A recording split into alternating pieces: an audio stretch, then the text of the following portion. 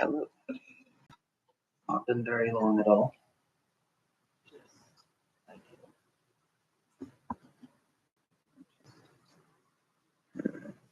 Yeah, that is sort of more glaring than I was hoping for. Give me 1 second. I'm gonna put the blinds down slightly.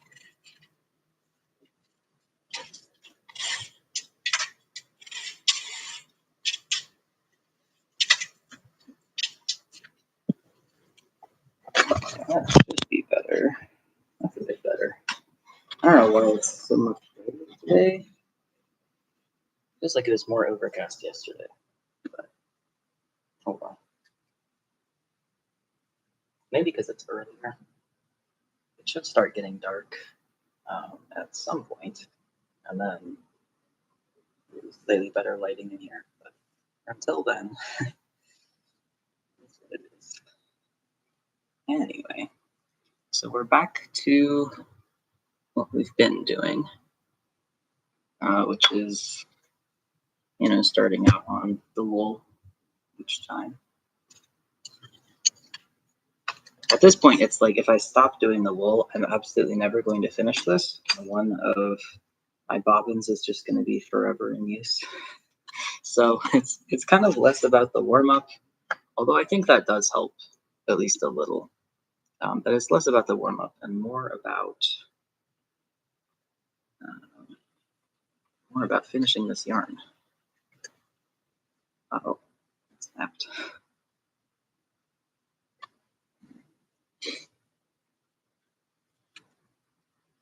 Oh, it's not anymore. Okay.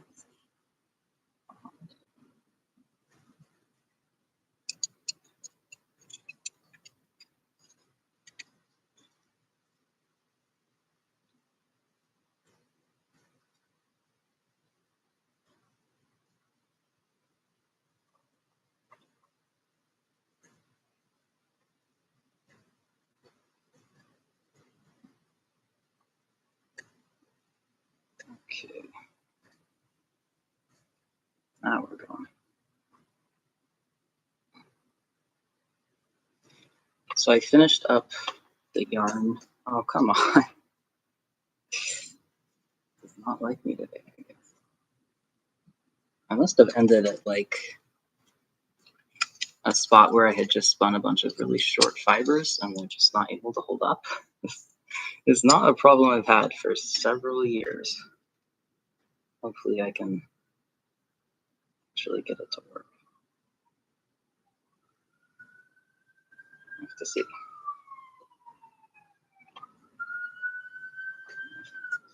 The sirens.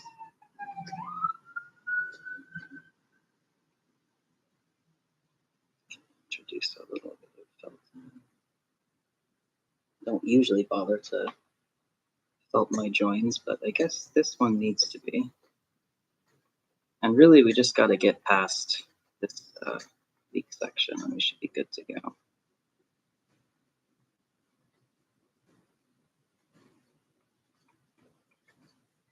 Okay, we should be fine now. All right. Anyway, I finished up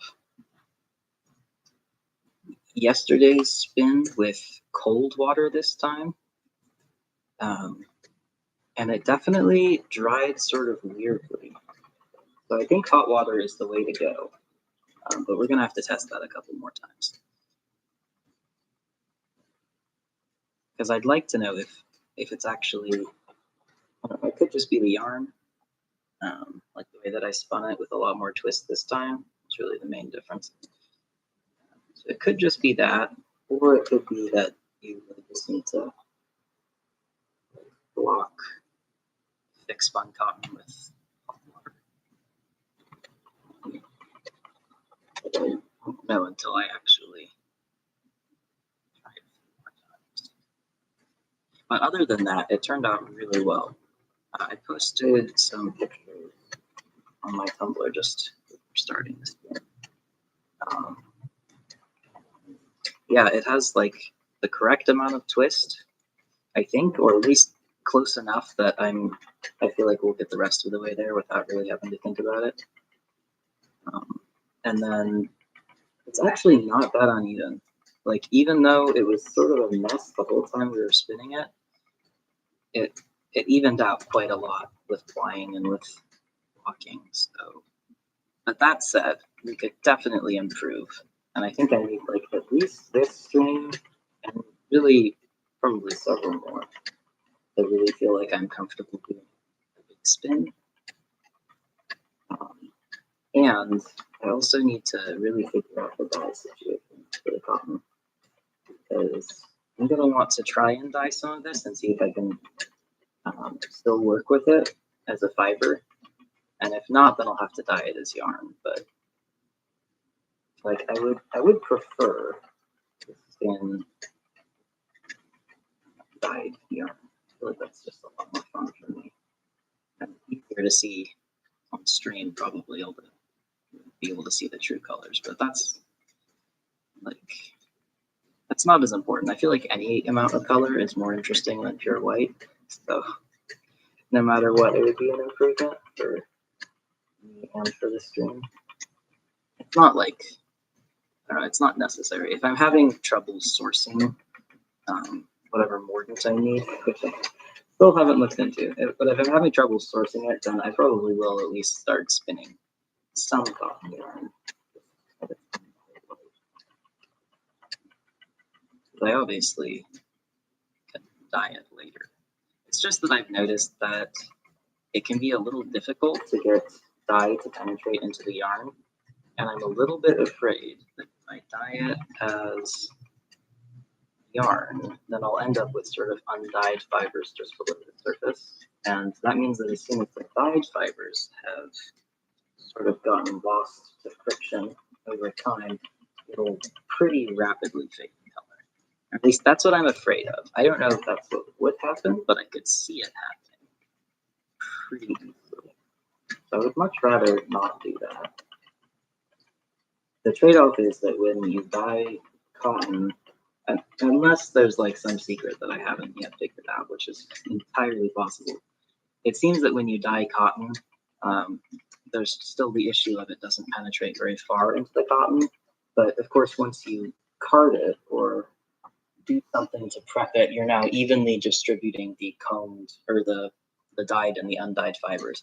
So you get a much lighter result once you actually like prep it. But the dyed fibers are distributed much more evenly, and so if it loses color, it's going to be more due to fading over time, which that's inevitable and not really a problem anyway. So it's just over dye it. Of course, you can over dye a finished unfaded blanket that lost its color because the top part of it rubbed off as well. But I'd kind of rather know that's going to happen before I do a whole blanket like that rather than after. So, much to think about. I think it's pretty likely, like all of that said, I think it's pretty likely that it'll turn out that if you are trying to work with dyed cotton, like trying to prep dyed cotton, it's going to take at least one extra pass. Because that is what I found in my earlier naturally dyed cotton experiments. And I don't know if I would go for another pass. Like if you're doing, 200 poonies, that's 200 extra passes. That's a lot. That time adds up, and the wear and tear on the body also adds up. So I might opt just to keep it raw either way, but I would just prefer to have all the info before I make that decision. It's usually how I like to go about things like this. It's really funny spinning wool now, because like for the last week or so, I pretty much only spun a tiny bit of wool and a fair amount of cotton. And I'm like starting to not get used to it anymore. It's very interesting. I remember I had to sort of get used to wool again after doing quite a lot of flax spinning for BDF one summer. It took me a little while.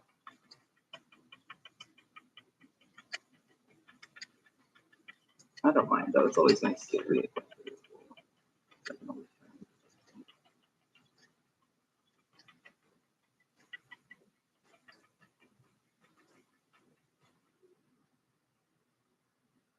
I will say my wrists are not doing super great today. So we may not do the full 6 pins that we did last time. Hopefully we will, but I wouldn't be shocked if it's a little bit more.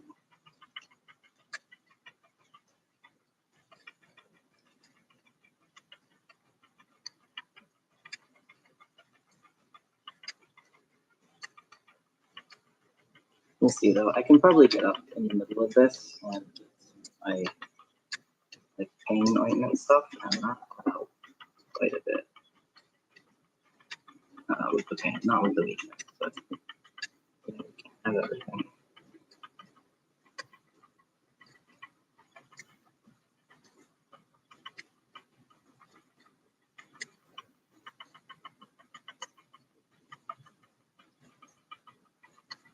I really hope that this is the size that I was saying this stuff to begin with, because at this point I have completely forgotten if I was trying to get it as thin as I could or if I was actually going for a specific width. I'm still, like, this isn't as thin as I could go with this fiber now that I've gotten used to it. I'm trying to hold myself back a little, but there's no way that it was any thinner than this. I remember being able to see it pretty clearly. And I can't get much thinner than this. It keeps thinking so. But I have a feeling that it's going to be a really, like one of those schemes that goes from thick to thin, from one end to the other, which is okay. That sort of thing, I feel like would make a good shawl. I've never actually done that, but like you could always do a shawl where it gets really lacy and fine towards the edges and stays fairly bulky and warm towards the top where it's actually like keeping you warm. I feel like that wouldn't necessarily be terrible. And that's kind of the main use that I can think of for a yarn that starts out thin and ends up thicker.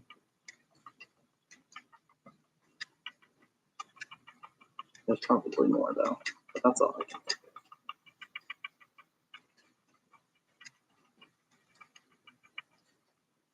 I was considering getting started on those cotton like washcloth things that I was thinking about yesterday on stream. Because I've decided that's definitely what I want to do with them, 100%. But I was a bit too disappointed to do so. I think it might be my project in this couple of days, maybe. A couple of days off work.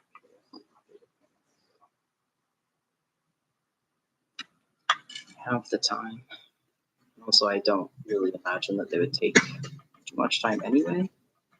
And I was thinking, if I do them corner to corner, or, well, actually, no matter how I do them, I probably can get them like really nice and even just by like weighing the bowl before I start, and then after I start, and like finding out when I'm halfway through. Perfectly. I guess if I'm doing them just like a normal non-corner to corner square, that actually doesn't matter. But nonetheless, like it matters at least a little bit in terms of how many you cast on if you want to get a square or something square-ish rather than a very long rectangle. And while I definitely can use a long rectangle, it would be nice if they were all squares.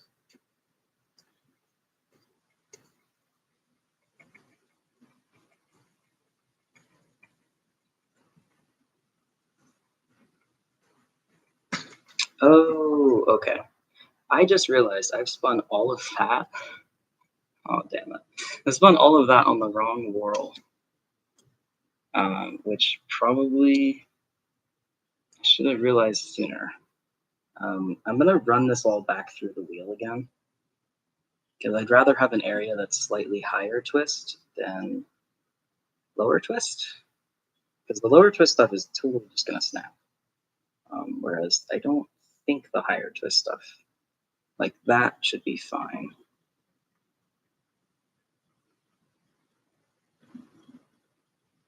I don't know exactly how much I did. I guess when I get to a part that doesn't have active twist, that would be the part that I did yesterday. No, I didn't put wool debugging in the description, but that is always a potential. Okay, I think, wow, is that really all I've spun so far? I think I've gotten to a part that doesn't have active twist, or maybe not. I don't know. Okay, no, I guess not.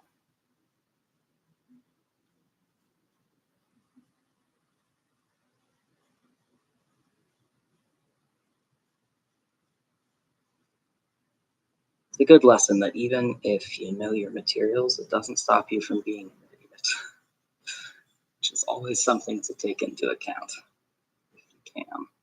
I think this is still an active twist. I'm pretty sure. I don't know if you can see it at all.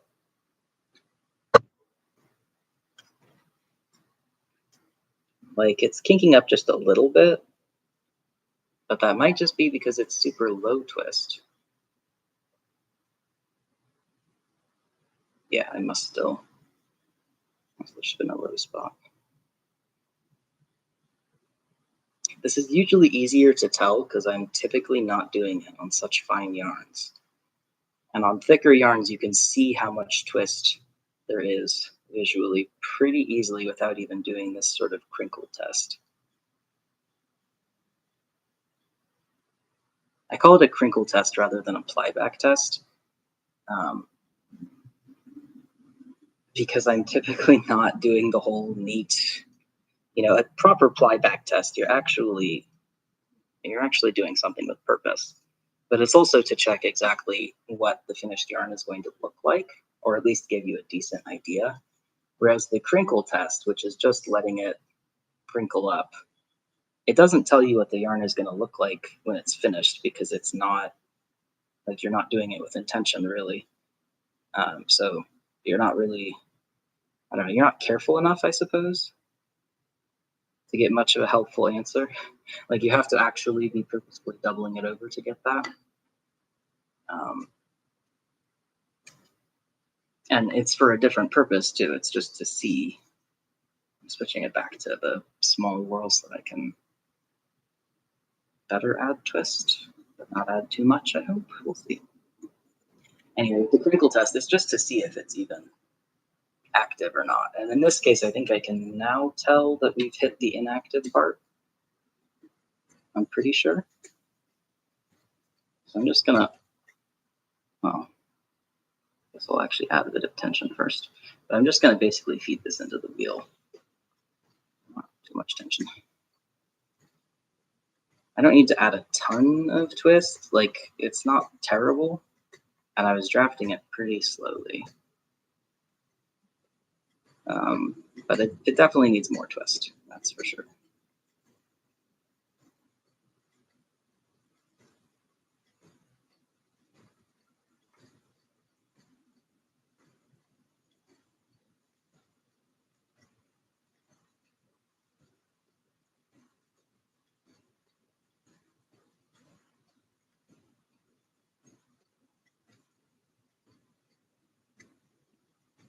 I need to remember to set this back to the correct settings that I'm actually going to set it on before I end the stream this time. Because I think that's why I didn't do it, is because I thought it was on, I thought I'd already done that, and I didn't actually look at the bottom somehow, or at the flyer. So that's where I went wrong. Luckily, this is one of the easier mistakes to fix, especially if you realize so quickly. If I had done like 2 or 3 steps like this, I probably would not go back and fix it. But most likely, it was pretty important. Because I feel like it would still have been a usable yarn if I hadn't fixed it. I think you would have noticed, especially on a longer section, you would definitely notice. But I also, like, I'm not going to chain ply this, I'm pretty sure. Unless I did chain ply it, I don't think it would be a huge issue because you'd be pairing it with another, ideally more consistent yarn. And even if I did chain ply it, you can always just take out that bit and run it through the wheel later. But all of that said, I figure because it was so little of it that I spun on the wrong whorl, like why not? And maybe some people have not yet been exposed to the idea of running something through your spinning tool again to add a little bit more. So yeah, why not demonstrate it?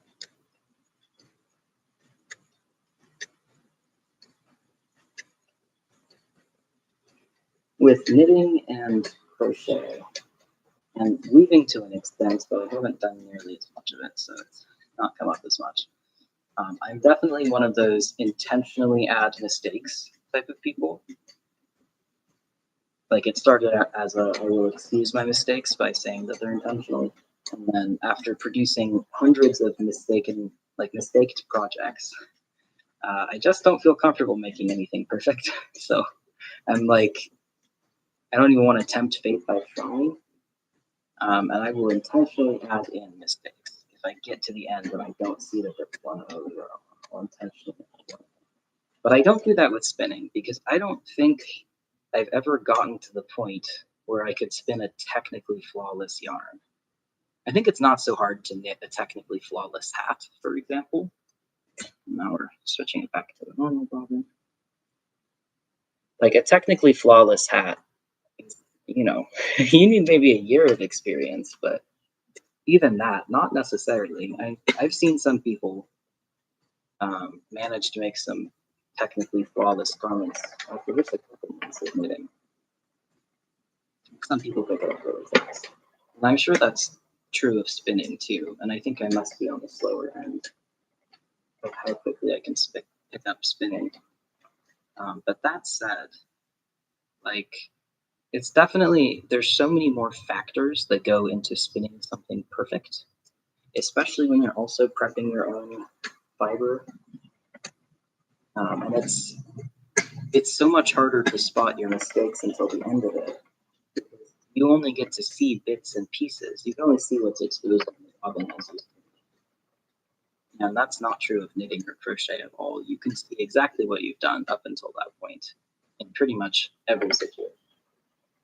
And so it's a lot easier to catch your mistakes and also a lot easier to undo your mistakes. With spinning, like not enough twist or too much twist is one of the few fixable mistakes where you can just sort of pull it out and put it back in the way that you can with knitting and crochet. So I think due to that, it's just an awful lot more muscle memory needs to be built, among other things that you need to have picked up for you to actually make a perfect scheme. And even then, I don't know if I've ever seen a perfect scheme by anyone. I'm sure it is possible, but it's got to be hard. I think I've gotten, I don't actually know how long I've been spinning now. It's definitely been like more than 5 years, and I think maybe closer to 8 years at this point. And I would say that I can spin a decent yarn, is what I would say. I can spin whatever yarn I want, and it'll usually turn out how I want, which is all I was ever aiming for when I started learning how to spin anyway. So but I would certainly not dare to call myself like an expert or good at it necessarily. I think maybe if I spun consistently for another 10 years, maybe we'd be there. But I already haven't been spinning consistently the last couple of years. I put it off, or put it down anyway, for several months at a time, just in the past year or two.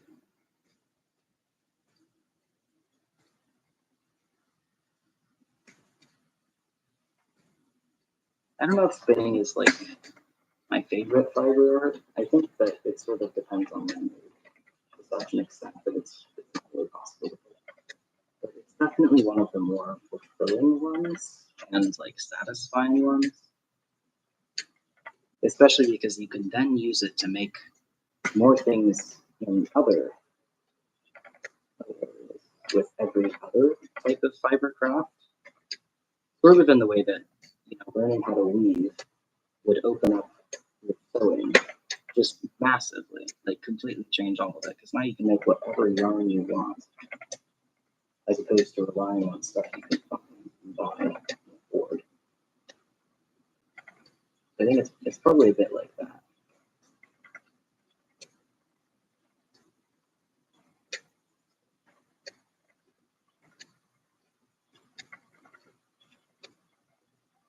Nearly done. This one went, I feel like it went faster than the other ones, despite having to go back and add more twists to that whole section. Although that said, we're on almost half an hour, or over half an hour.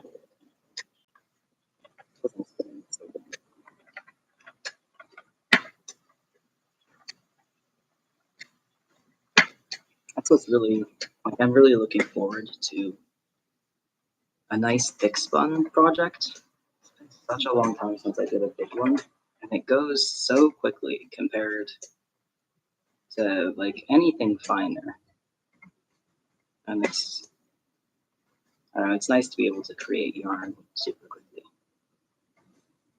The last big thick spinning project I did was probably when I was working on my flat summer blanket. And that's not even going to be quite as thick as this, and it was just a complete horrible pain the whole time. Sort of like rubbing the skin off my fingers. And also sort of destroying my knees because the bobbins just got so heavy because it was all covered in water because I was washed in it. So they got really, really heavy, and I could never fill up the bobbins more than about half of the way. Like I could get to 2/3 if I wanted to manually turn the wheel with my hand, which is not a great idea. My wheel's really not built for that. Okay. Anyway, so I'm hoping this will be a more painless spin when we get to the big project.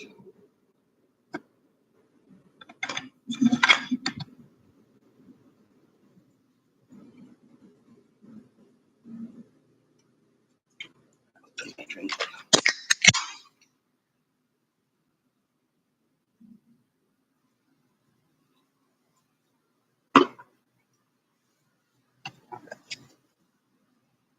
So,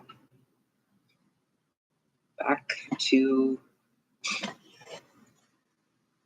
making more prepared cotton, which I've been enjoying a lot more than I would. I'm not sure if that's mostly because I've been doing these experiments, which does add some interest for sure, or if it's another reason. That's the wrong cards. I was almost about to do this on my wool cards. Where did I put my cotton cards? All the way over there. Okay. All right, you'll have to, because I also just realized that I forgot to grab more knitting needles that I can roll them off with. So I'll grab both those things real quick.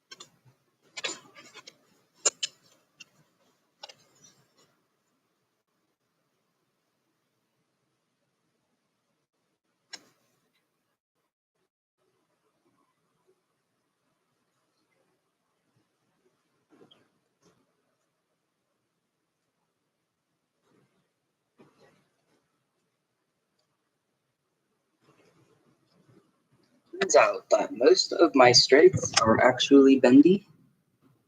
Or not bendy, but bent. Just because I'm not so good with remembering to put them away. And like you can still knit on them when they're bent, so it doesn't, I don't replace them, you know? They're still perfectly usable as knitting needles, just not at all as spinning tools in this manner anyway. I think I found two that aren't too bent, and that has reinforced the fact that I really need to find like a permanent tool for this and stop using improvised ones.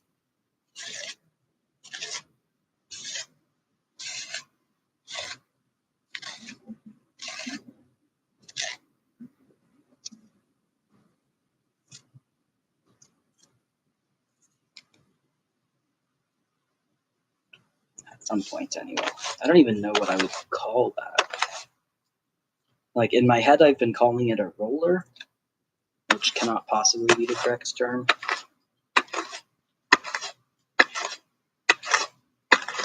I'm like, I guess I could maybe just get a dedicated set of knitting needles and just use those. But I will say, knitting needles bend very easily, especially when you're continually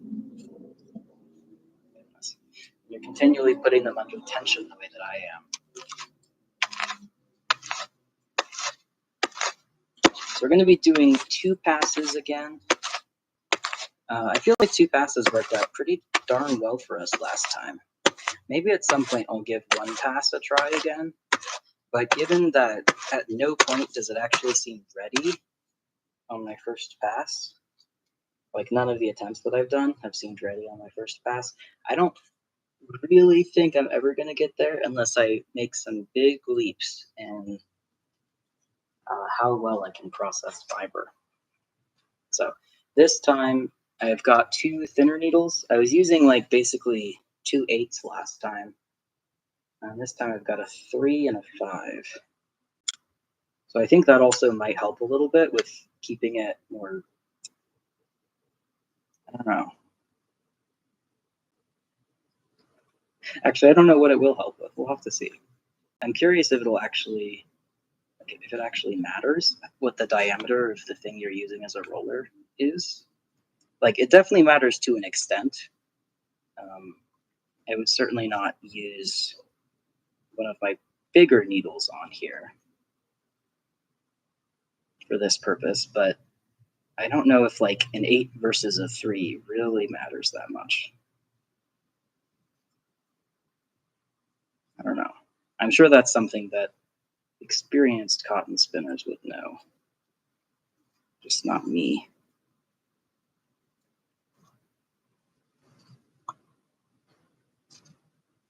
Of course, that said, I have such a hard time finding experienced cotton spinners. I think I'm on the wrong continent for that. Here's the first one.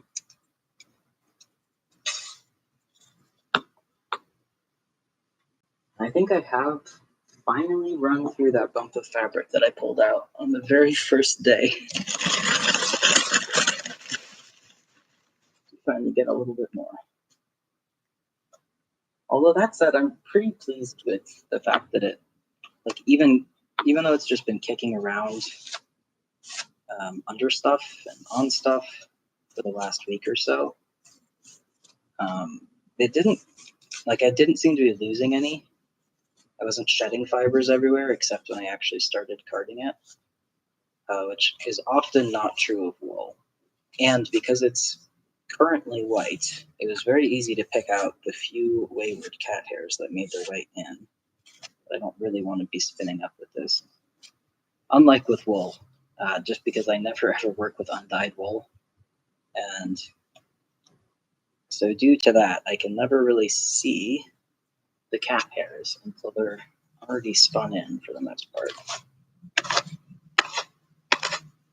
So I think I'm gonna make 6 boonies if I can, unless my wrists start protesting immediately. And we'll just see if I can actually spin them.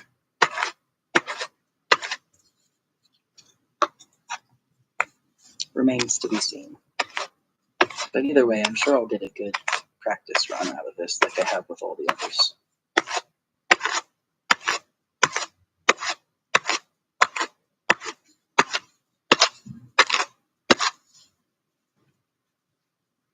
I'm glad I was able to get this down to 2 passes, because for wool, I usually only need 2 or 3. I mean, it depends entirely on the fleece type and more so how much VM is in it, because you'll have to keep working on it to remove the VM even after it's all opened up. And there's not like the VM doesn't fall out in this situation. I pretty much have to pick it out if I want it to come out at all. The debris, that is, not the actual plant fibers.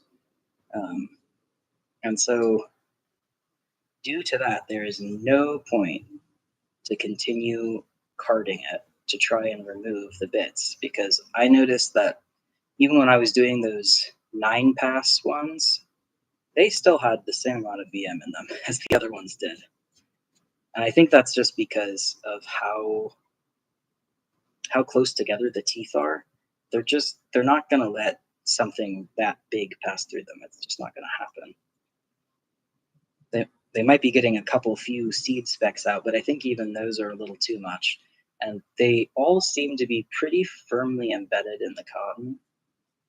So, yeah, I just don't think there's any way we're ever going to get them out in the prep, which means we don't have to try, which is very nice. Like, I don't mind making poonies at all. It's not great for me, but I enjoy parts of it. But doing multiple passes on the same one is not the enjoyable part. The enjoyable part is like watching it come together and then getting a growing pile of prepped fibers. At least in my opinion, I'm sure it's different for everybody, but I guess I should actually change where the camera's focused. Sorry about that. But yeah, for me, I don't want to be doing that many passes. I only did that many to test just to see if it actually did make a difference. Because like if it did, I might do that with fine spinning. Because when you're spinning like thread or something, that one poonie goes an awful lot. I can spin one poonie if it's just thread for a super long time. Oh, hello. I don't know when you commented that. I thought that the little like things that are covering up my chat box would disappear with the first chat in there. So I'm sorry if you commented that quite a while ago. But hello. Welcome back to another stream. We're just doing the same thing that we have been doing, which is trying to get better at making these poonies and mostly at spinning them. Because I think we did a good job on the last one, so I just want to get better. So, yeah, we've done 2 already. This is going to be the 3rd one.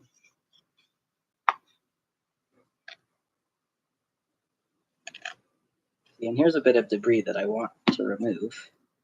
And it's not just that I can't card it out, it's that I actually can't. Like, I have a little bit of trouble picking it out too. I guess I would have thought before I actually got to try the cotton cards with any real experience. I thought that maybe it would come out easier than it comes out with wool, because wool is a lot more grabby, right? So I just assumed that it would be better than wool in that regard, but it's actually not at all. Complete opposite. Thankfully, cotton plants do not seem to enjoy sticking their heads in their food or rolling around in the dirt like sheep do. So there's a lot less in here for sure.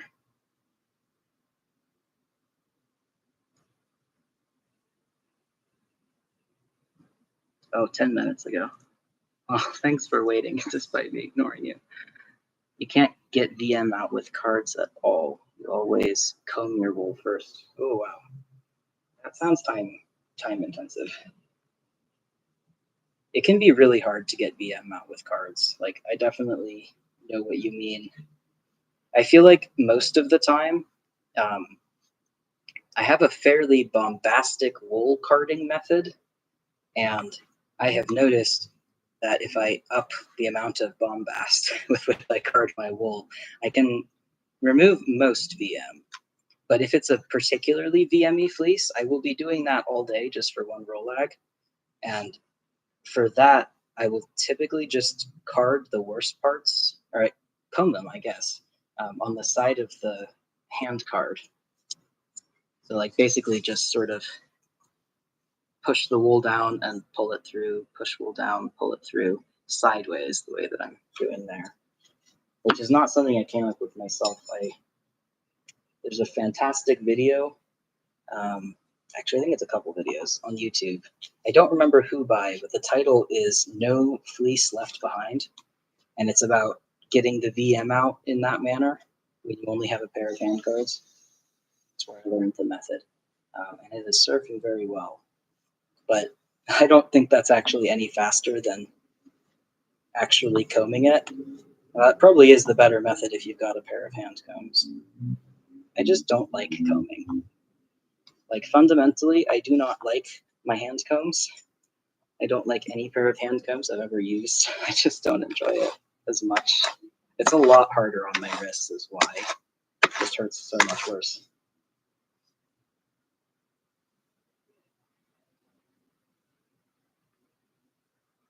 Is it because a lot of the debris in the cotton is part of the cotton plant, so it's more attached?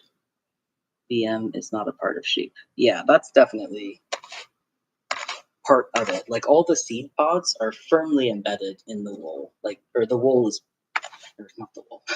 They're firmly embedded in the cotton, or maybe the cotton is firmly embedded in them. And so for that reason, I would basically have to scrape along the fiber with my fingernails to pull it out, which I am absolutely not doing with every tiny speck of this stuff. You might check it out. For you, the combs just hurt less than carding. That is very fair. Tailoring your spinning and your wool prep to whatever hurts less is time-old tradition, I imagine.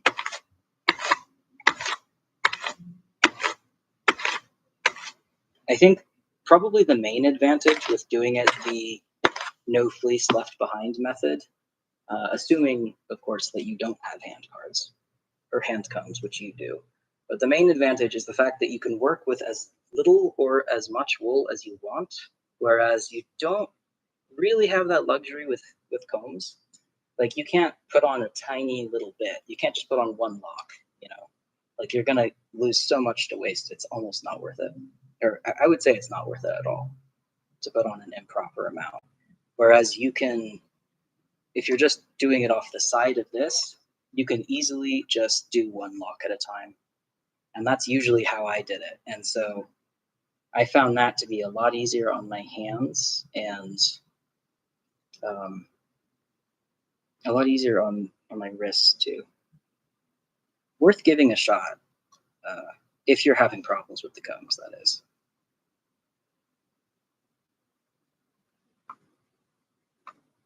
And also, I think just as like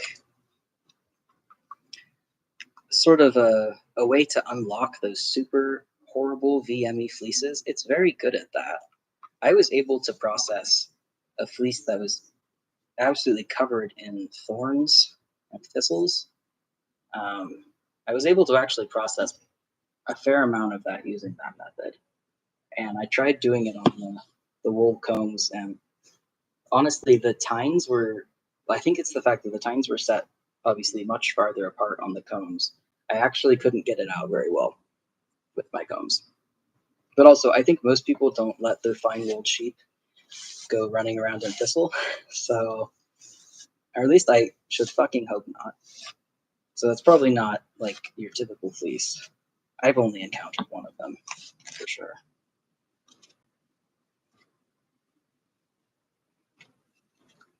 We're at 4 Foonies now, so getting there. Let's see if I can spin all of them. No promises.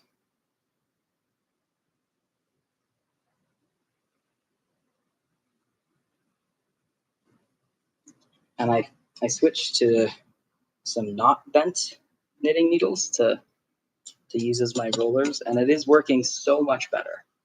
Like, it's so much easier to pull it off. It's actually cooperating this time. So I think that was the huge problem I was having on the last stream, was that my rollers were just stupidly bent.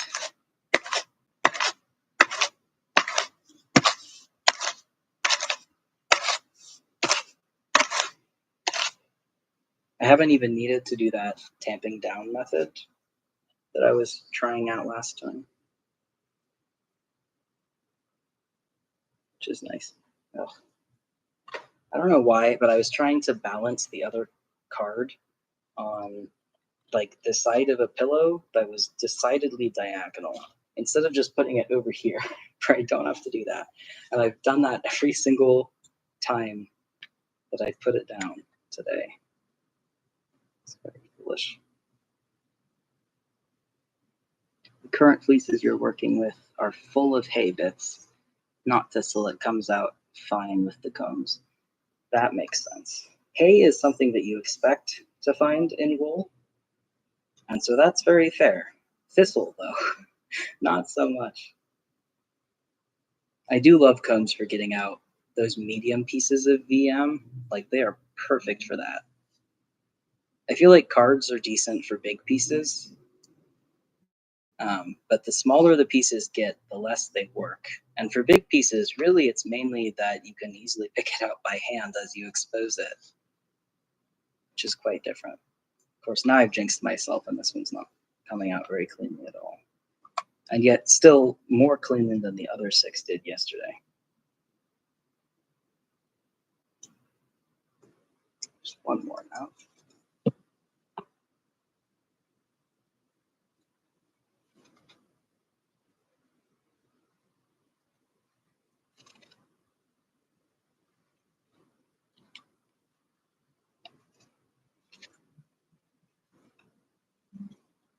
Really, my main irritation with that fleece, which I still have bits of, because nobody wants it.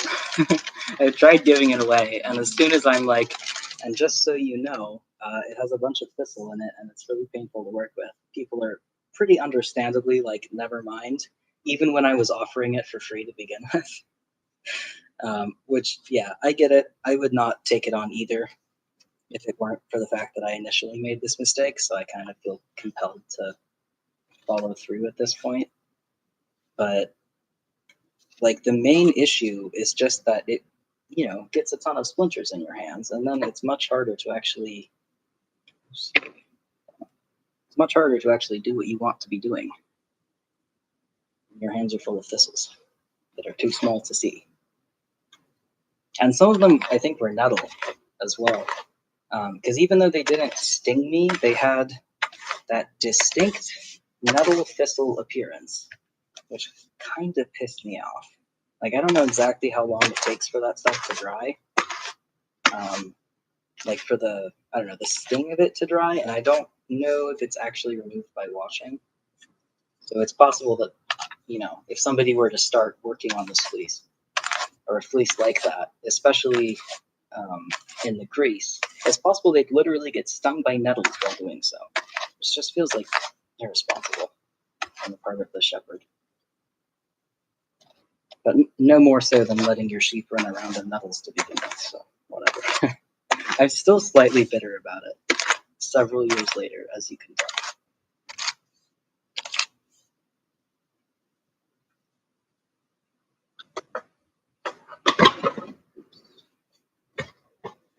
That's the first time I've dropped it. No visible damage. Good. I'm really glad these things are like basically indestructible.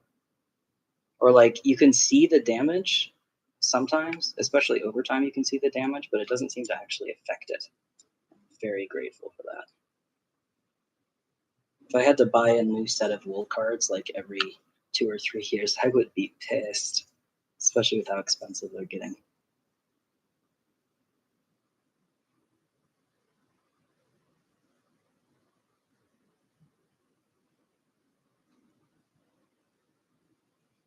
I think I'm going to spin these in a different order than I usually do.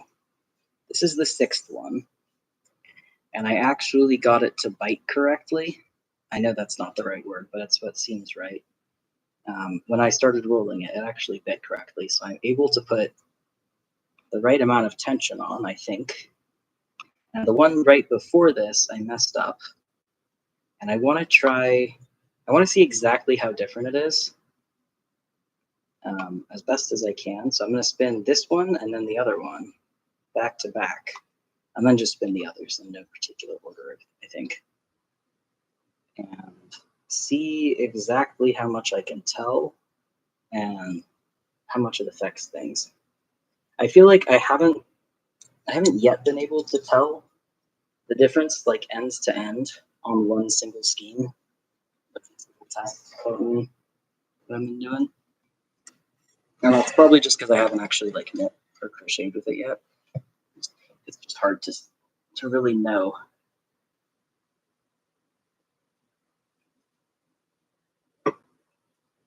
But it'll be like I'll be able to tell somewhat just from how difficult it is to actually spin. And that's sort of more important anyway. So yeah. Okay. Anyway. So yeah. Okay.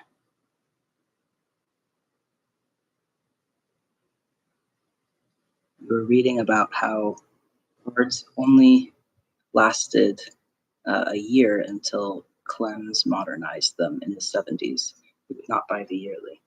That's interesting. I don't know if I've ever read that.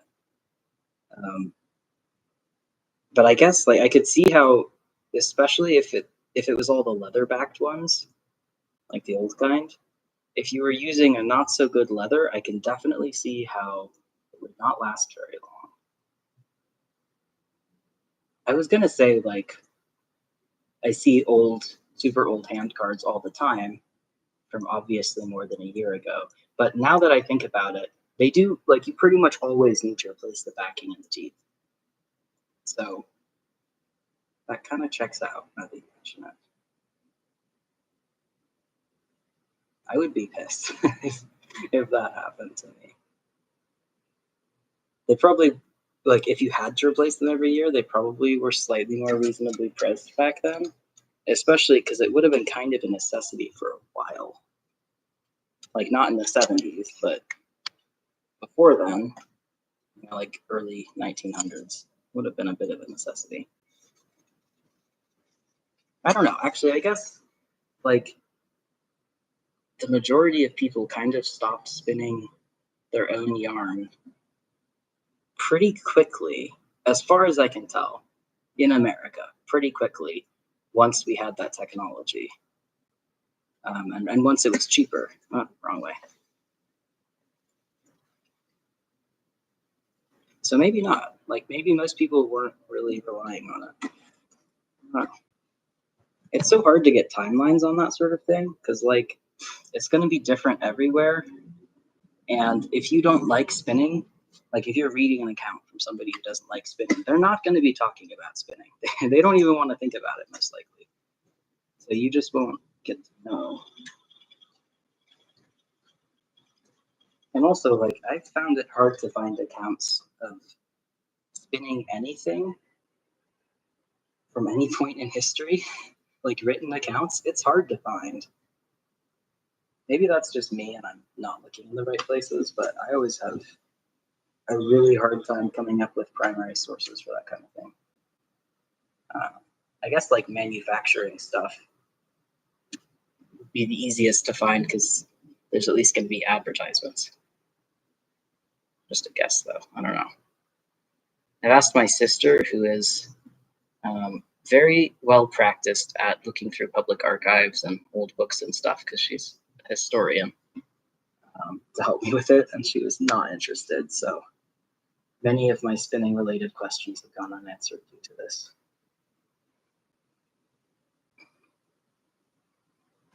Jillian Eve just did a history of this stuff for May Day. Your brain doesn't retain history well. That's cool. I gotta check it out. I've seen a couple of her videos, and she's a very talented spinner. She's just a little too energetic for me.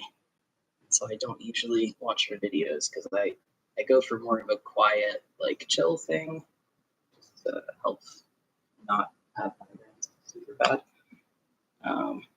But it would be worth it for a history like that. That'd be cool. I definitely got to watch that. Thanks for letting me know. Okay, let's not do that thing we were doing earlier, where it snaps a million times before I can wind it on.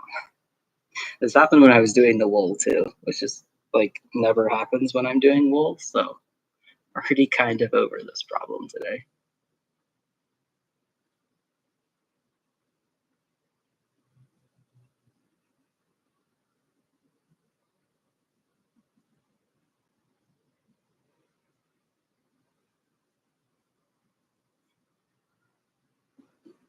Oh, okay. It was because I had the tension cranked all the way up on accident.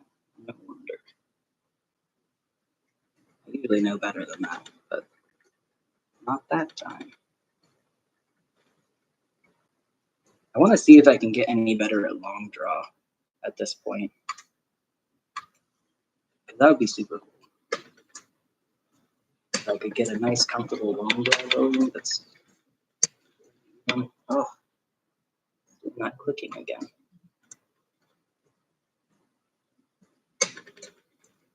Just slightly further away. Just a little more like that. There we go. I like her history videos a lot. That's cool. I don't think I've ever actually. I didn't know she did history videos. I don't think I've ever seen one. I found her stuff mostly from just looking for spinning tutorials over the years.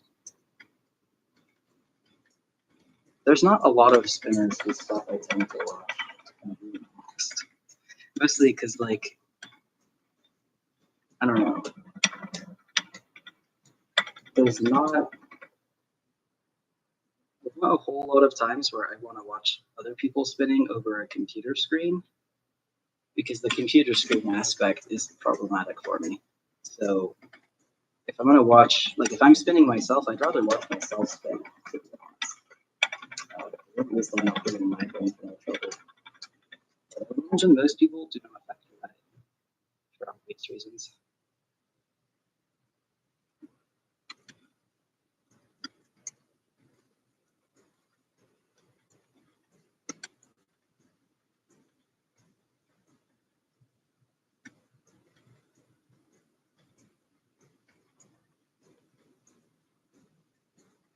There's actually a couple of Fiber Oaks people whose stuff I was following for a while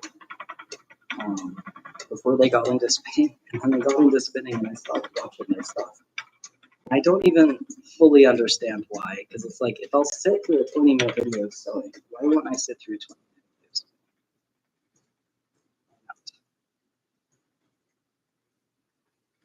Part of it might be that I have very rarely been around other spinners. I'm just not used to watching other people spin. I'm used to watching myself spin. But I am used to watching other people knit because I've been in a fair number of knitting groups.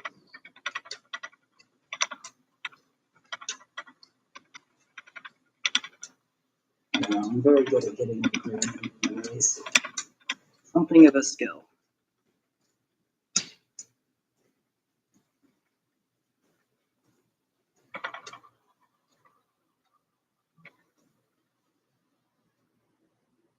Love long draw with wool.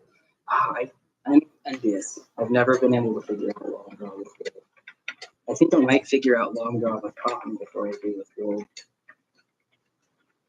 I put some time into it, but my shoulders really don't like it. And so I never really tried to learn it. Well, no, I tried to learn it. Found it was very painful. Kept trying for a little longer anyway. And then when it remained painful and I still didn't get it, I was like, no. But this is working a lot easier. It might just be that I haven't tried long draw since I was more of a novice. Maybe I was always going to have difficulty with it due to that. But I feel like right now it's really not too bad with the cotton. Miles easier than I found it to be with wool.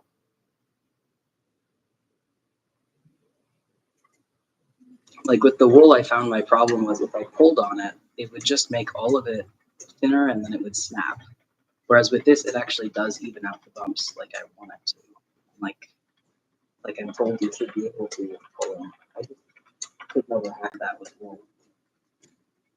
Might be worth another shot though. Cotton.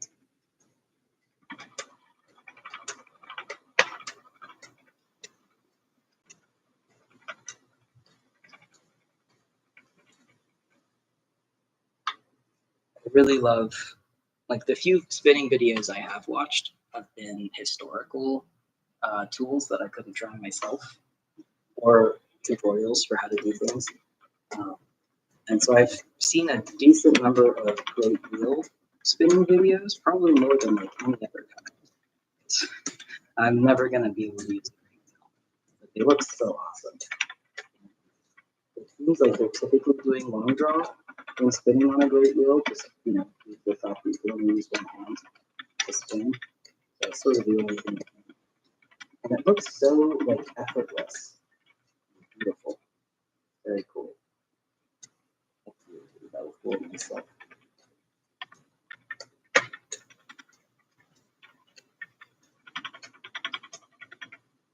Ooh, that's a big seed pod. They've all been a lot more broken up than this one. This one's like the size of a grain of rice. I would show it, but I think it would just be 30 seconds of out of focus fingers and then I'd give up. So I'm not even gonna try.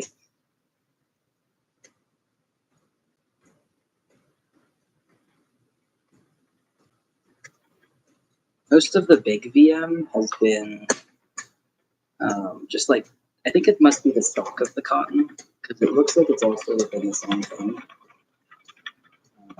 And mostly bits of seed pod, fairly small. Some of them are really small.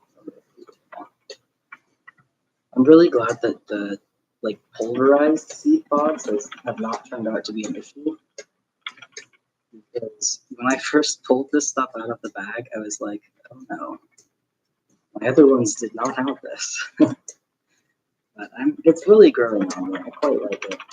I think it adds to the look of it a lot. I doubt that it'll really show through once it's been dyed. But in the meantime, it's something to admire. So interestingly, I was doing that thing where I spun, like the first uni that I spun was the one that I thought turned out really nicely. And the second one was the one of those kind of crap. And the second one is spinning up a lot easier and a lot better too. I think there's like the slubs aren't quite as big. So maybe I need to exert a little bit less force, less tension on it when I'm rolling it. Because that's what I've done with the ones that I thought were more crappy. So maybe that's actually a good thing. I'll have to try that next time, I think. We'll try rolling them up really loosely to see what happens. Or maybe like varying degrees of looseness. I'm sure that there's an optimal amount. I don't know what that is. But I'm pretty satisfied with 2 passes being, if not the optimal amount, then a good amount for me personally. 3 might be the optimal. I don't know if I've really noticed a huge difference between 2 and 3. Like in the finished yarn, that is. 2 is a little bit more rough and ready than actually spinning it.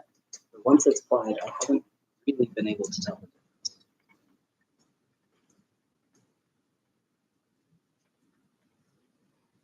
In fact, I can't tell the difference in really any of that second scheme. The one where I was, doing 2 passes, then 3 passes, all the way up to 9 passes. I literally can't tell the difference at all. I don't know where they start and where they end.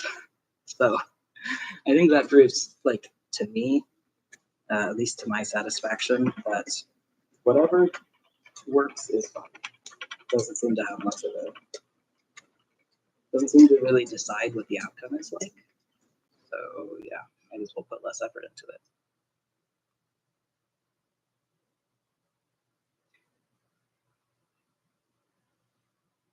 You think of it like you're holding holding the back of the drafting triangle instead of the front. Ooh, okay.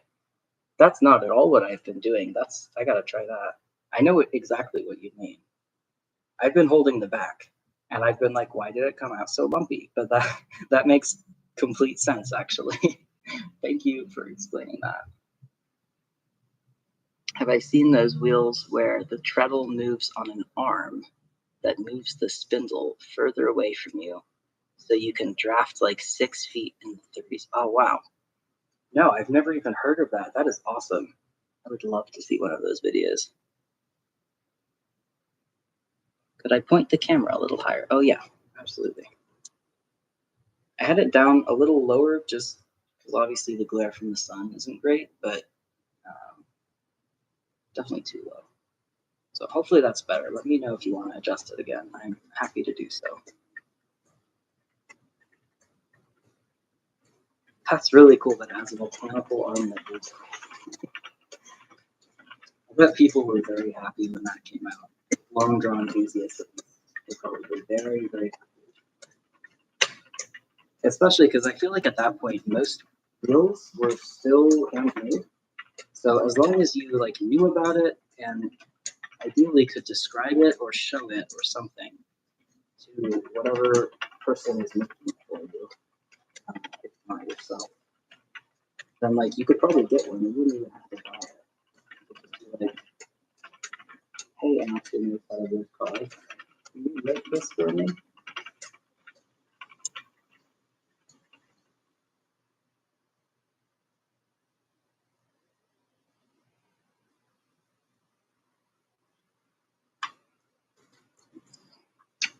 At a certain point, I will also actually have to test the dimension.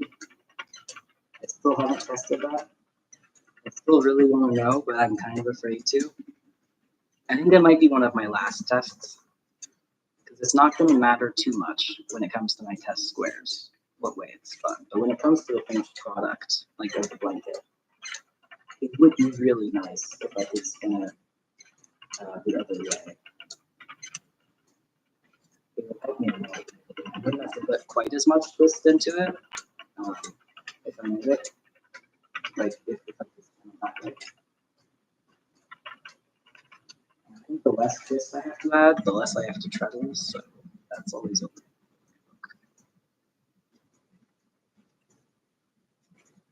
Like I like treadling, but I'd rather get more bang for my buck if I could.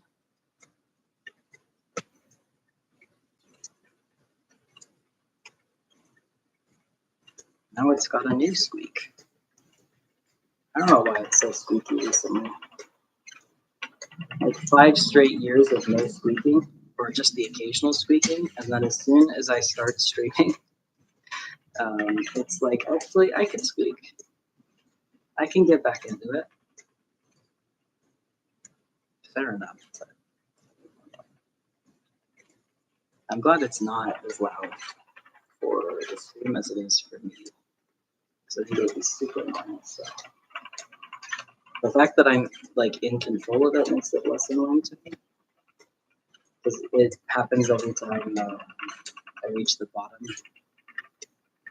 Like the footman reaches the bottom of the arc. So I can tell when it's about to happen, and that makes it less Chinese water torture.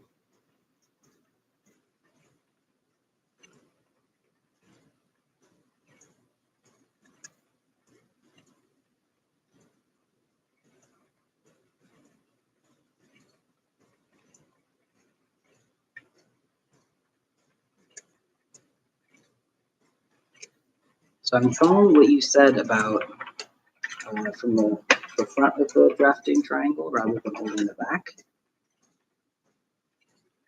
And it is definitely producing a much smoother yarn. I just have yet to figure out how to control the diameter when I hold it like that. But I'm not typically trying to spin wool this fine or this thick, so that is huge.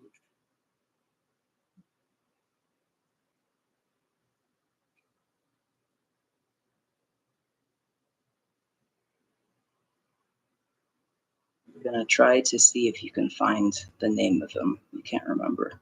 Oh, awesome. If you do, I would really love to know. Thank you. You can hear it squeaking, but it isn't bothering you much. Ah, okay.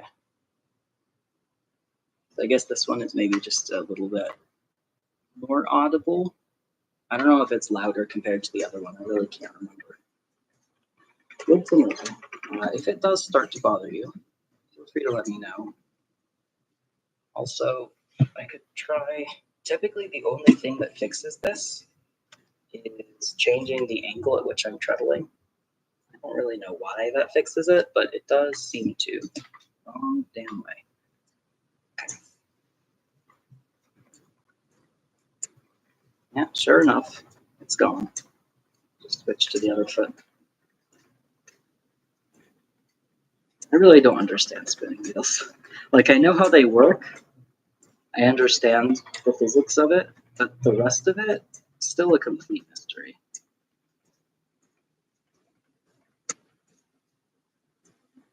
It's like when you've got like people who are really into horses or cars, and you can tell there's the kind of horse or car person who is really into the technical details, but then there's a even more slightly obsessed type of horse or car person who not only knows the details, but also like has an emotional connection with it, and like will start telling you, you know, it's not happy right now or whatever like that.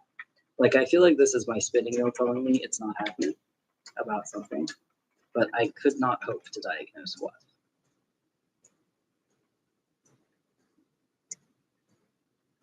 Which maybe means I'm not obsessed with it. Saving if so.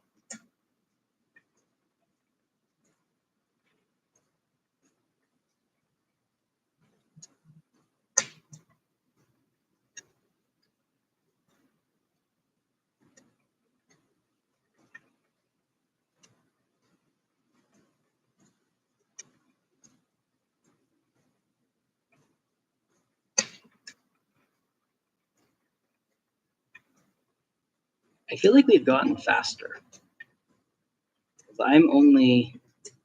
I stopped spinning the wool at about half an hour in. So it's only been 45 minutes. We've carded 6 spoons and spun up 3.5 of them, which is definitely faster. Definitely faster than the first time. I don't know if it's faster than last time. But I'm definitely getting a bit faster, which is nice to know. I'm always really slow whenever I start out new fiber projects. Or new fiber, like, type, I guess. That sort of thing. It takes me a really long time to get up to speed.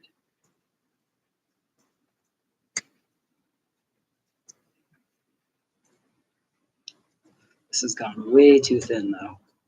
I'm focusing on the long draw technique. Which, I mean, it doesn't actually matter. It's just a test. So I suppose this is sort of the time to be doing that rather than some other time.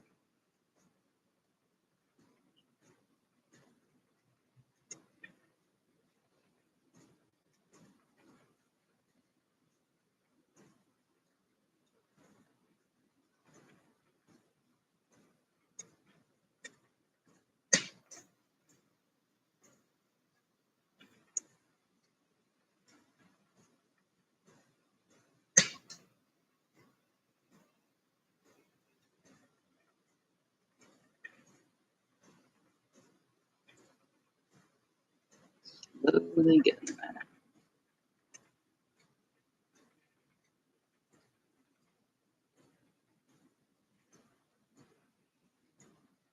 Damn it. Just totally let go of it, like I sometimes do.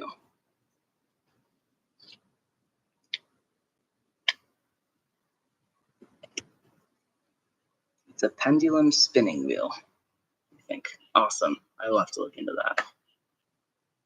Thank you for finding the name. That makes sense as a name. Like, I can see how it would be that sort of motion. I think it's going faster today, too. Well, I'm glad it's not just me. But yeah, I think I found finally got the hang of something or other. Something about this is starting to make sense.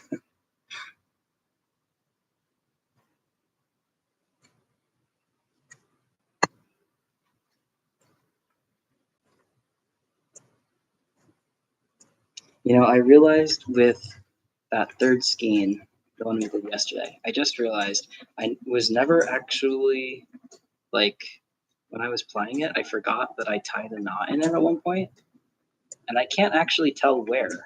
I was going to go back and fix it, but I'm looking at it now, and I can't see the knot. Or the ends is the main thing that I thought I would see.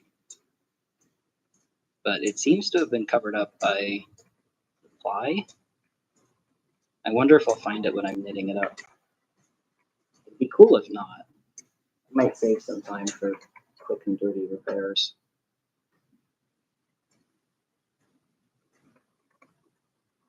Like mostly it's when I'm applying it. If it breaks then, I really do not want to try and figure out how to fix it at that point. Now that I know this cool, just like let it wrap around itself hack, that works really well for this. But when you're no longer at a stage where you can add twist that way,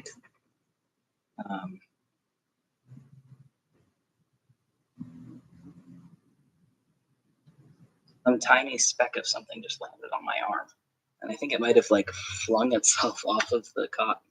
I don't know.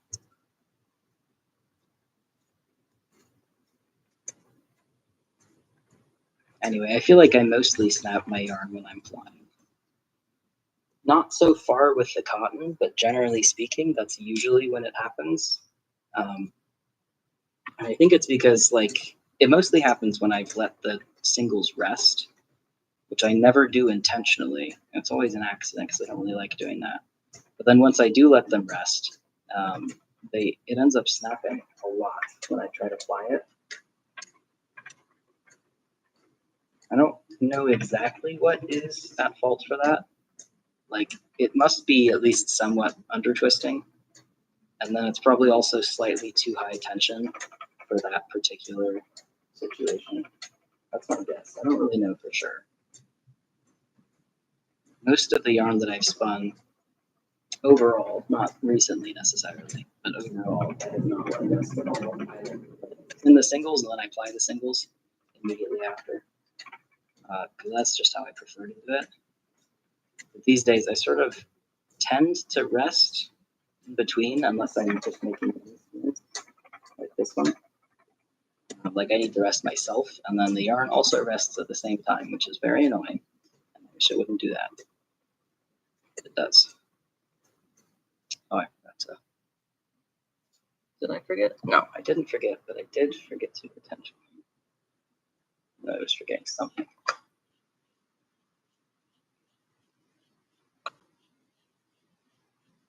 I also think I may have made these tunis slightly smaller because I feel like last time the bumps went up higher.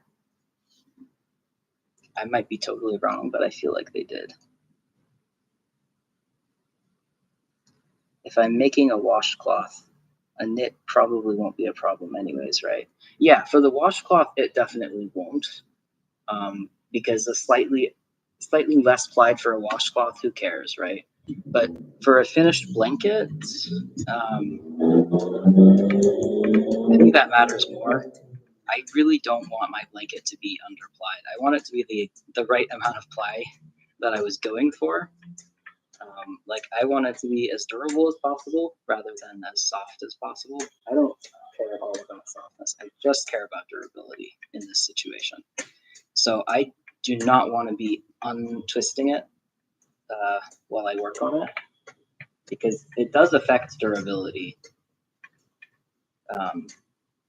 Especially on a big thing. Like that's the other thing. For a cotton washcloth, when I put it in the wash, I can pretty easily decide, oh, I just realized I never took it off this little whorl on accident. So this is going to be like way more twisted than the other ones have been, which was an accident for the second time today.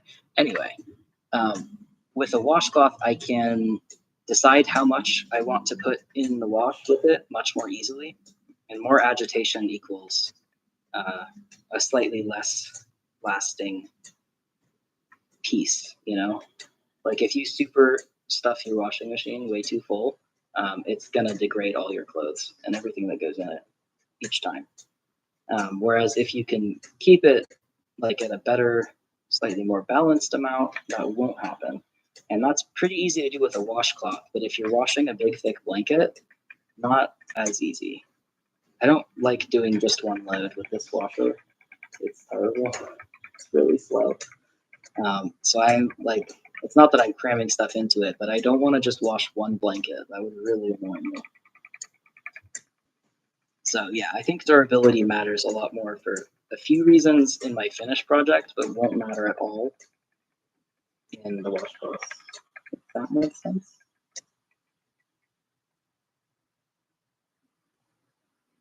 Just make it temporarily a 3-ply to rejoin singles. That's interesting. How so? Like, do you hold just like you overlap the singles and make it so that there's 3 singles there, or you thin it slightly? I'm curious. But also, what happens if you're already doing a 3-ply? Because I think this cotton really wants to be a 3-ply. I haven't gotten a good 2-ply out of it as a thick spun.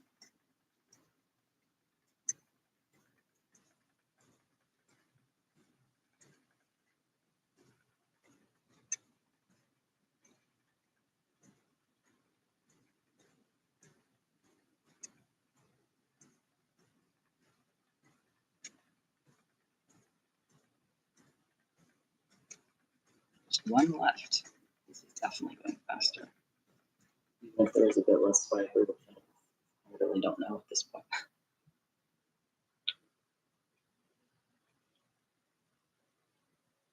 Could, of course, weigh them, but I just, until I get to the part where I'm testing how much the optimal amount of fiber is to put on, which is going to be later, I think, because that's going to involve the scale and everything, and I just don't feel like that right now.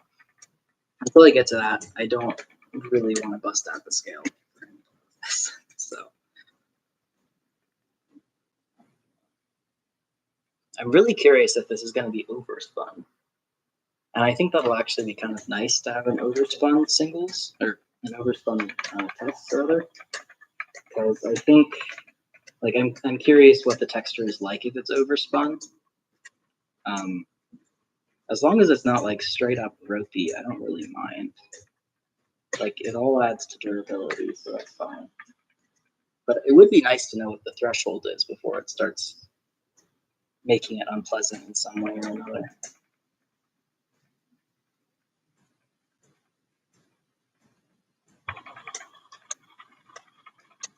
I wish I'd been this thorough when I was learning wool.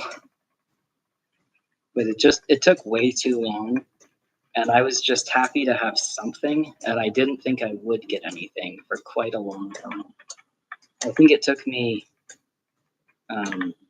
probably like 6 to 12 months of off and on drop spindling to actually be able to make a yarn the length that I wanted it to be, by which I mean it wouldn't just start falling apart and I wouldn't be able to work with it anymore. That happened for like half a month or half a year to a year. That was just what decided to end my yarns, because it would fall apart and I wouldn't know how to fix it. And at that point, I was like, I don't even care. I don't even know if I can do it. I'm gonna try. I'm so glad I powered through all that. I think my life would have been not quite as rich if I hadn't learned how to spin.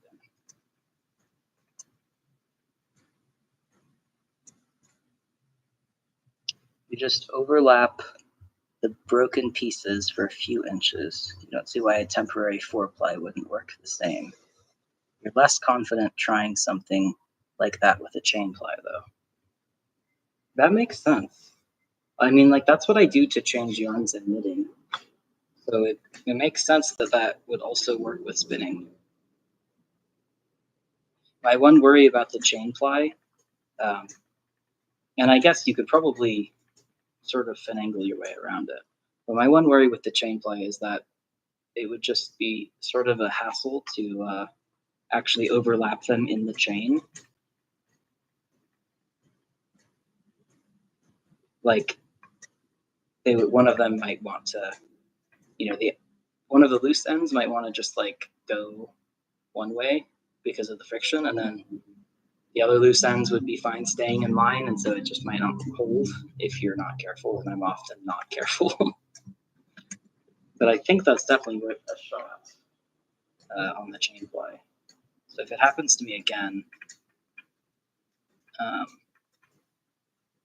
if it happens again while I'm doing the plying part, I will give that a shot. Especially because, like, I already know that just like tying a knot and leaving it does not work with wool. And it doesn't work with most cotton either. It just works in this case, apparently. So like, it's not a fix for everything for sure. With wool, I usually splice it back together, but there are definitely situations where that's not a good idea, or where it's not socially acceptable. Really, that's the main reason it's not a good idea most of the time. But also, like, if I haven't washed my hands in a while, or if I won't be able to wash my hands afterwards, I don't really want to spit splice, just for obvious sanitary reasons.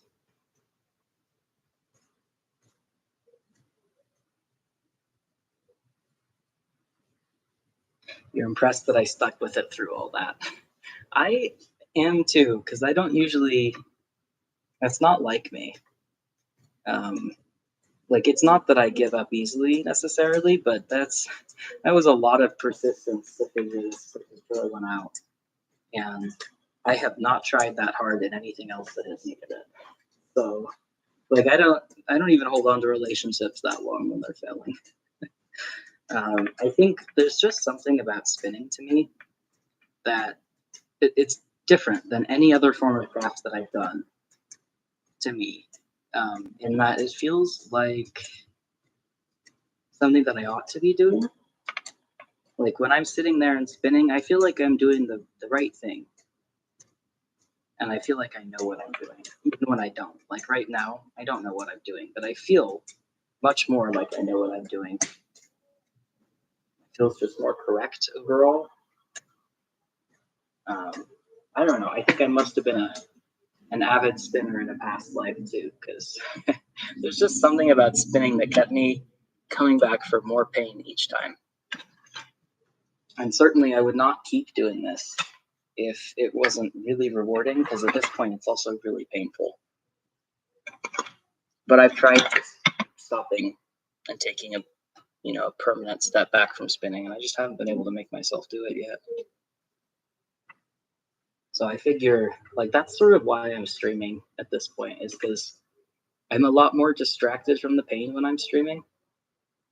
Like, quite a lot more, because it just takes so much more brain power to stream while spinning than it does to just spin. And so I really can't do much spinning if I'm not streaming, but I want to spin as long as I can.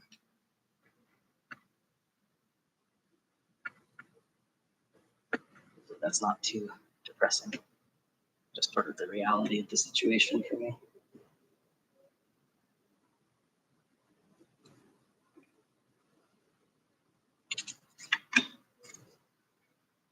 On to plying. So we got to plying just an hour and a half in. I feel like last time I got to plying more like 2 hours in, or maybe an hour 45. And this, like, also, I don't think you were here for that part yet, but when I was doing the wool, I ended up having to pull a bunch of it off the bobbin and add more twist. Because I was doing it on the wrong bobbin, just like I did this one.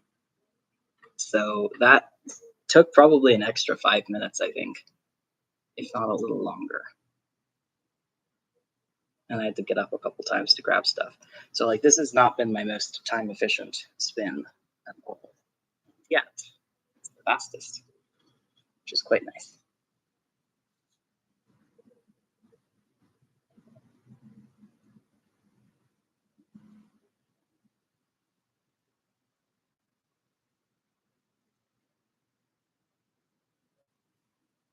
feel like that with weaving. You love spinning and knitting too, but weaving feels like the right thing, even when it's going so badly. Yeah, that's exactly how I feel with spinning.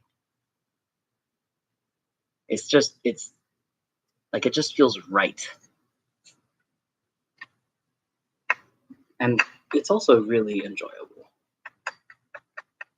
I don't know if spinning is necessarily more enjoyable for me than knitting is.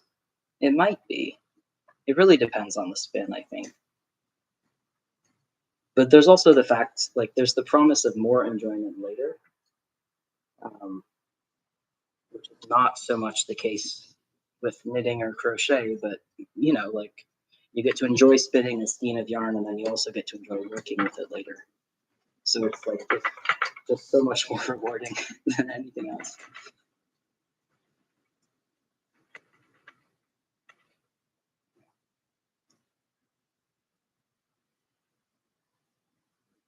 I need to like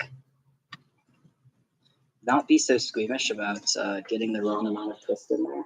Like right now, I can feel myself sort of actively fighting with it and trying to put in less twist so that it feels a little bit better and more balanced.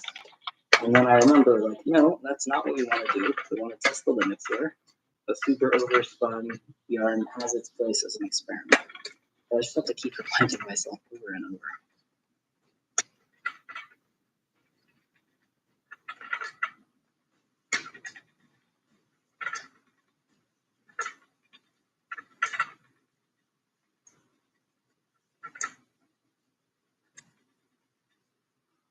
I don't remember how long the plying usually takes me, but I feel like it's been the shortest part so far. I don't know if we'll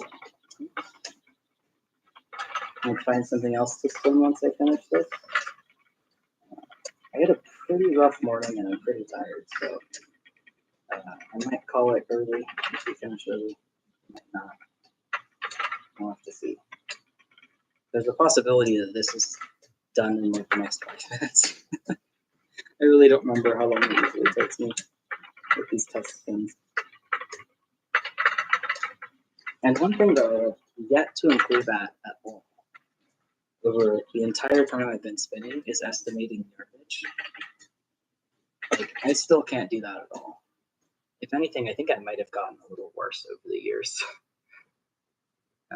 So like, I can't just look at it and be like, yeah, that'll take me half an hour. I have no clue.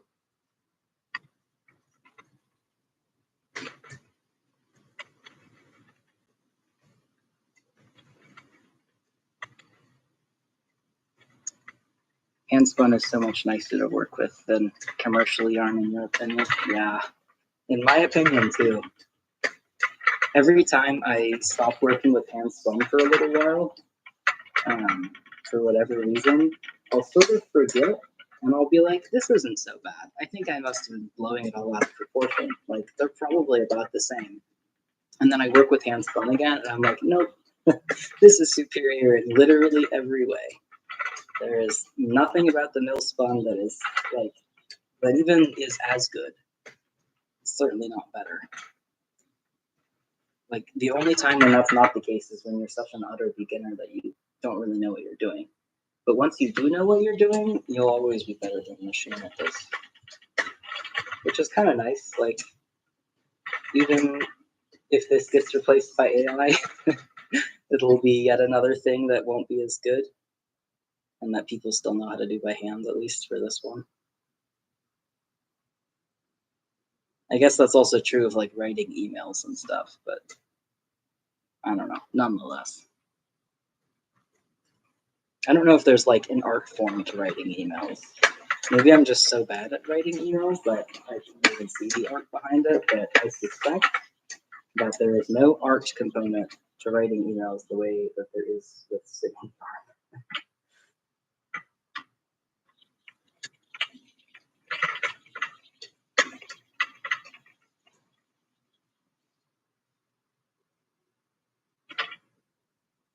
I have a feeling that because I've overspun this entire thing on accident by putting it on the middle whorl, I probably won't get any breaks in this one. So I don't think I'll be able to test it this time. hopefully next time, because I'm really curious how that would work with chain flying. Or not how that would work, like I can envision how it would work. I guess I wonder how bad I would be at it. That's a better question. With chain flying specifically. Ugh. Encountering some pokies. I don't know. I think they're not seed pods. I think they're like actual debris from the plant.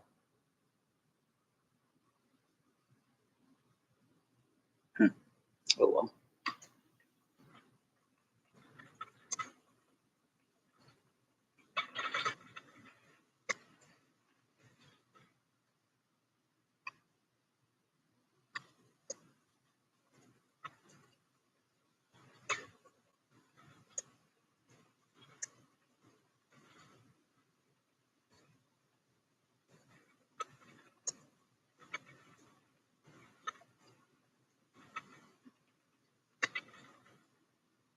There can be an art to email if you're trying to tell someone off politely and professionally. That I can see that. I think that's also like that's true verbally too, though. That said, I haven't mastered the art of either one, so if they're very different, I really wouldn't know. I'm so bad at that. Like, if I'm telling somebody off, it's gonna be rude because I have. I'm very bad at doing it nicely because I don't tend to stick up for myself. So by the time that I'm pissed off enough that I actually am sticking up for myself, I'm not nice about it. It's not. I would consider that a character flaw to be sure, but so far have not figured out how to not do that, or how to regret doing it either. Like I might have a sliver of regret, but not enough to really try harder. I don't know. I'm not very easy to anger, so it's one of those like at a certain point, if you're stupid enough, maybe you should be told off so that you have an incentive not to do that again. But of course, sometimes I'm wrong in that assessment, and then that is when I do regret it.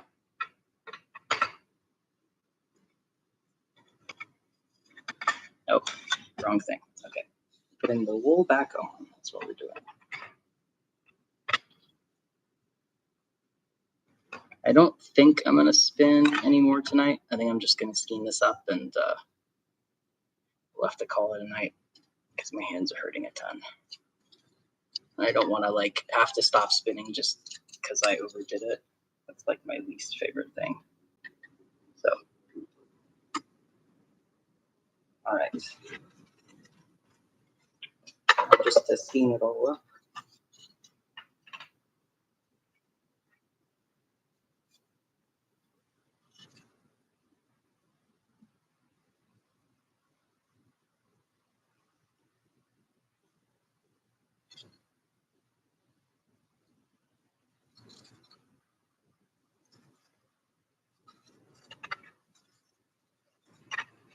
This one definitely feels more rough than the other ones. And I feel like at the moment I'm noticing the seed pods more. Like I can actually feel them. Not really in a good way. I'm wondering how much of both of those will change with the blocking. I'm quite curious actually. I'm gonna cold block this one again, like the last one. I think. I don't know, maybe not. I cold blocked the other, like the one yesterday, and that one sort of scrunched up a lot, but it was also my best plied one to date. And I kind of wonder if it's scrunched up because it plied or if it's scrunched up because of the cold water. And I guess actually doing this one, which we know is overplied, in hot water, that would actually probably give me more information. So I guess I'll do it in hot water and we'll see how much it scrunches up.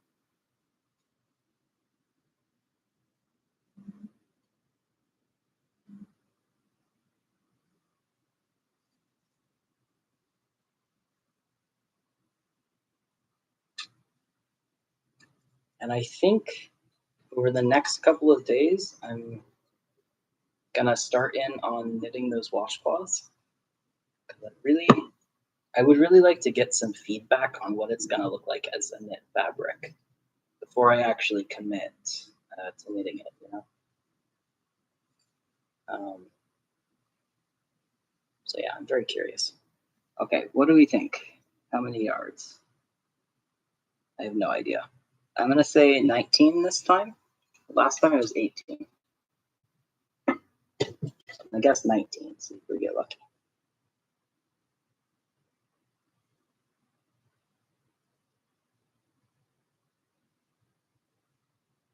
16, pretty close. Not too bad at all.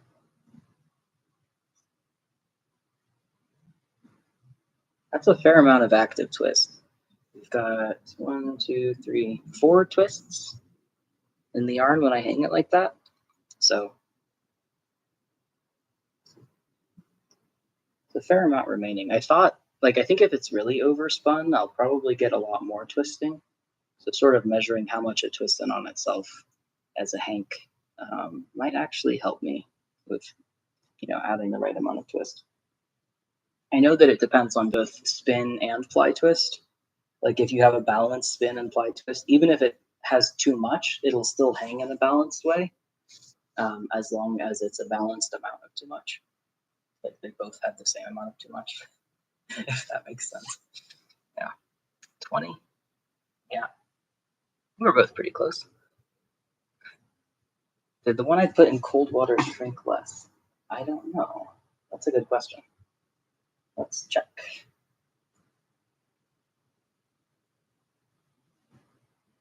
So this is the third skein, so the one from yesterday, and the second skein. This one, this one closer to my hand is the third skein. And if I hold them up, I feel like they shrank about the same amount. With a, I don't know. That said, the one that we spun yesterday has a lot more twist than the other one. So maybe the fact that they're both pretty much the same, and if anything, the one from yesterday is a tiny bit longer. So I think it did shrink a tiny bit less. Yeah, because if I actually like pull on them, the one from yesterday has more give, just by a little bit. And it would have naturally been shorter anyway because it had a bit more twist, meaning I wasn't able to pull it, like put it under quite as much tension. I think that means it would have shrunk more. Actually, I don't know at this point. I think you can tell the migraine brain has been getting to me. But yeah, there's the 4. I'm really happy with our progress. Like I know that from stream they all look pretty much identical, but looking at them up close and in the pictures too, I think you can tell that I have definitely improved quite a bit. So yeah, I think we're gonna call it for the night. I'll wash this one in hot water and we'll see how much it crinkles up and also how much it shrinks in comparison to 3, because that's a good question too. But yeah, thanks for you'd rather the yarn shrink than what you knit. Yeah, that's a good point. Like if it doesn't shrink as much, then I actually kind of want to make it shrink as much as it will so that I can get, you know, and get sort of a more accurate feel for the gauge. Yeah, that's a fair point. You can tell it's white yarn. Yeah, that's about it. Honestly, with this lighting, that's mostly all I can tell too. So at least there's that. But I think in pictures, it's a lot easier to tell. And I can zoom in on the pictures, which helps. My eyesight is like, it's getting really bad, actually. I might actually need a pair of glasses now rather than just kind of need a pair of glasses. I don't know. Anyway, thanks for hanging out. We got through that one quite a bit faster, I think, because it's only an hour 45, and last time it was like 2:10. Lots of good rest. Thank you. I will try. You also get lots of good rest. I'll catch you next time. Hopefully tomorrow, I think. But yeah, catch you next time. Good night.